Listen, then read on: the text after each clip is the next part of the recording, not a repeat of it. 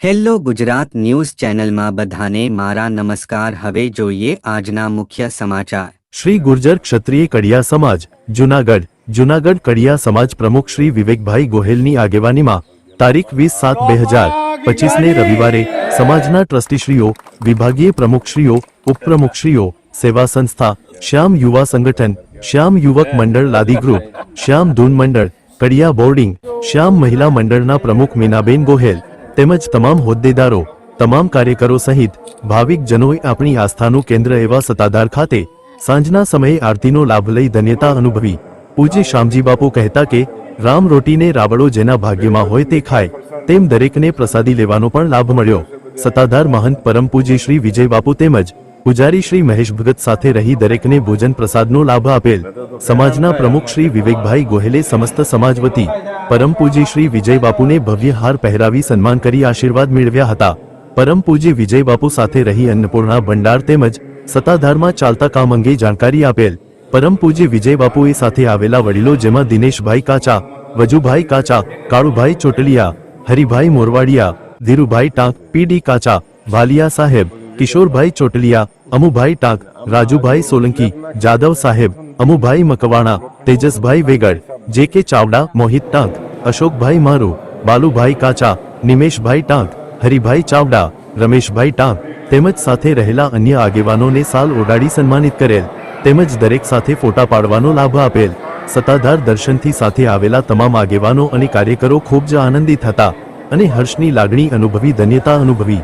જય અપાગીગા, જય શામજી બાપુ, જય જ્ઞાતિ મૈયા।